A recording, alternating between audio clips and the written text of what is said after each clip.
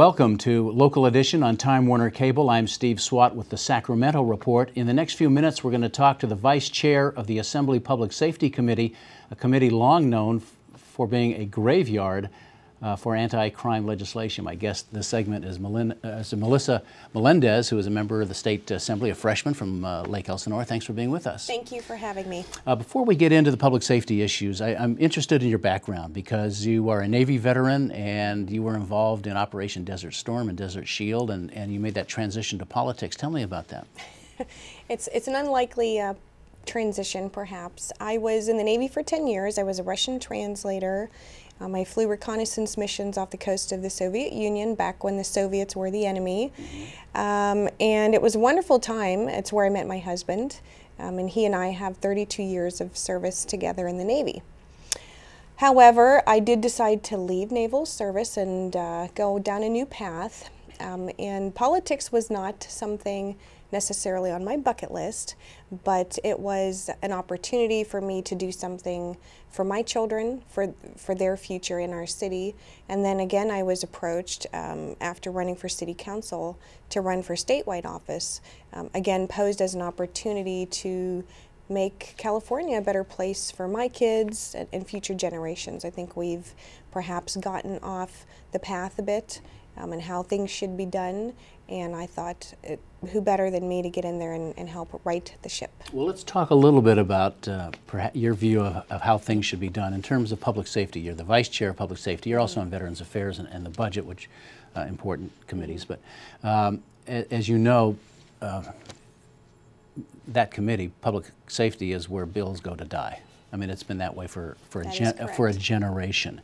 Do you think you, as a member of the minority party, although you're vice chair, can have any influence over legislation in that committee?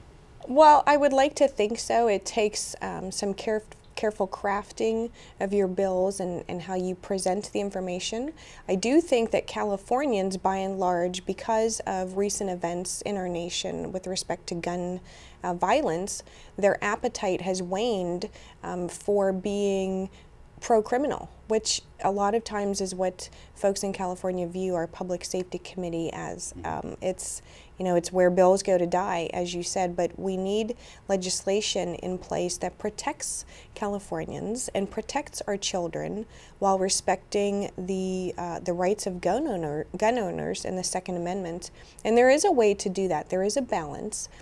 We recognize as Republicans that our colleagues on the other side of the aisle are perhaps less pro-gun than we are, but I do think that we can find a way to somehow meet in the middle, because Democrat or Republican, you still want to be able to protect your family.